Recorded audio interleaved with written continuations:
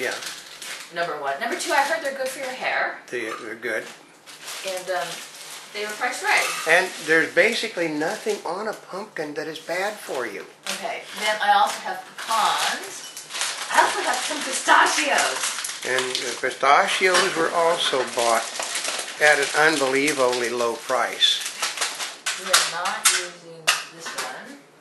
No. Actually, we'll just put this down underneath here.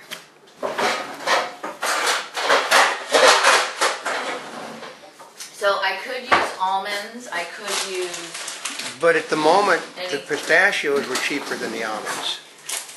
I know, and I like pistachios. So, and it's funny, sometimes what is the most expensive will turn out to be the cheapest. Actually, while I'm getting the other stuff ready, can you come and see? Part of this is the pistachios were not shelled prior, right? I know, they see what good I am.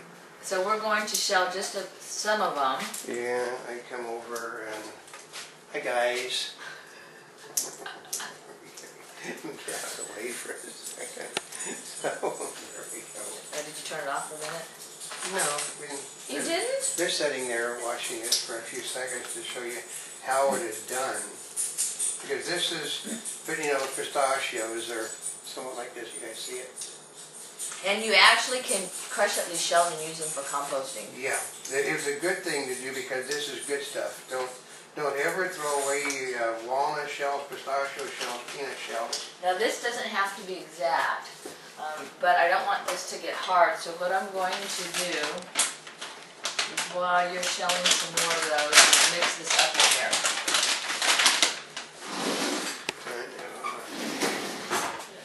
I have no idea.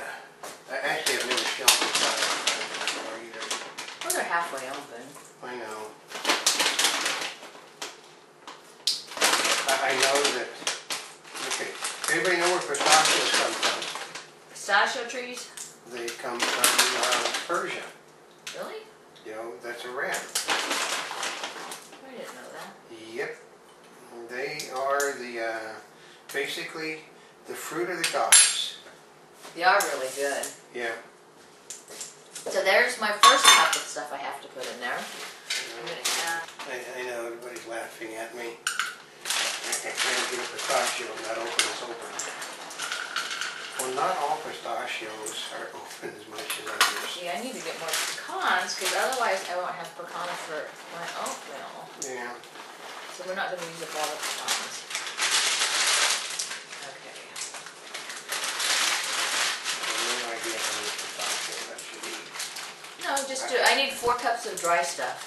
I just keep putting pistachio nuts in. Yep. See, it's what the old guy is good for is his... So you can see this was all done in advance. Actually, you still have that on? You don't have the light on? No, basically we got our portable lights. So, we can't find the others at the moment.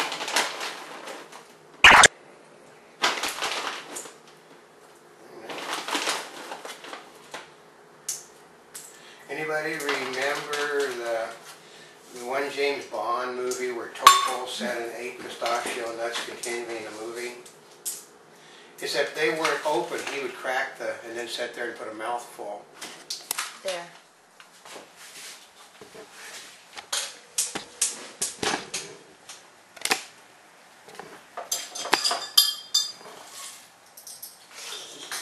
That is our last cup of ingredients, and I actually put it in here to see if I can get some of that extra syrup in here.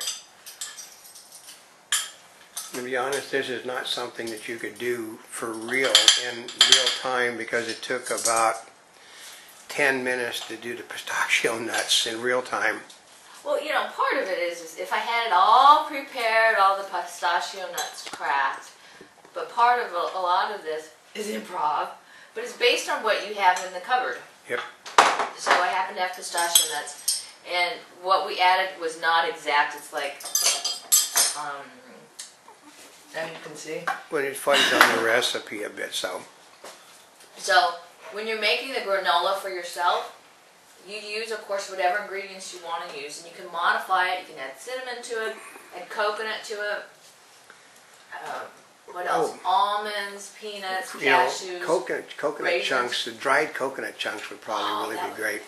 That would be really good. You can, dried fruit is always good, and like I said, but this is what, my guess is that people that make granola, for their personal use, probably, like you do, went to the cabinet and pulled out the things that were in the cabinet. Yeah. And the cabinet is full of things that I personally like, or that I happen to have. And I'm spraying this. It actually calls for a 13 by 9 and 10. Yep. But since I am adding more to this recipe, Yeah. I'm putting it in here instead. Yeah. I also have some chocolate chips in the cupboard because these are old chocolate chips. There's not a tremendous amount. But I'm going to add these at the end, not while it's in the Yeah. cupboard. Well, they would melt.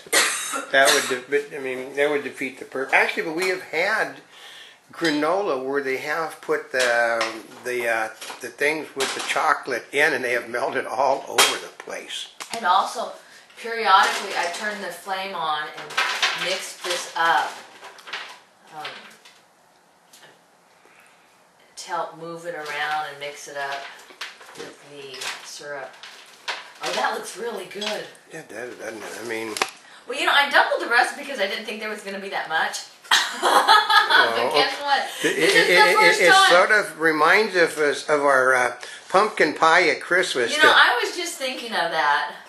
When that pumpkin pie went for 2 pumpkin pies But and a that pumpkin. was what the ingredients had. I know. Luckily, we had the extra pie tin. But then we had pumpkin pies. We had 2 pumpkin pies, pumpkin cake, I think. The pumpkin pudding cake was really great. Oh, look at this. There's just a little bit at the bottom. Yeah. Which I could probably warm up and get out. Yeah. Add it on. Oh, look at that. That looks really good. Yeah. And part of it's already kind of clumpy. So you can either... Most of it now has got to do more with drying it out than anything else. You can sit there and try and clump it up, but you know what? I don't have to have it in clumps.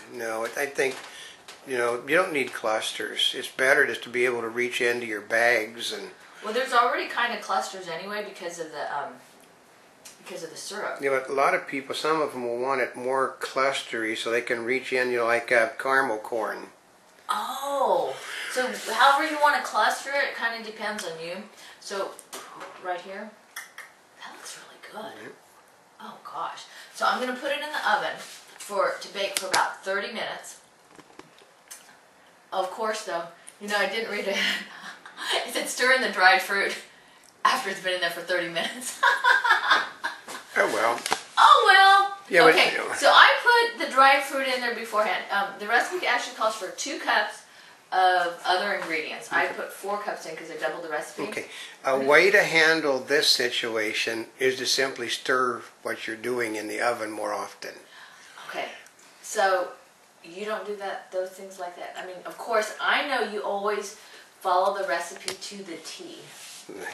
Yeah, we follow the recipe to the T. So what do you do when you're actually supposed to have this? Well, we're going to find out. No, just come back every so many minutes and stir it. That well, nothing is going to dry out really a lot. Anyway, it just... Well, you know what? It's dried fruit anyway, so... And you don't have it on, what's the temperature setting on it? It's 275. It's not going to do any damage. You dry it. It will rehydrate the instant you stick it in your stomach. So anyway, we'll come back and take a look at that. Just a little bit. Look at that granola. Now, because it was at 275, it did take a little bit longer than expected.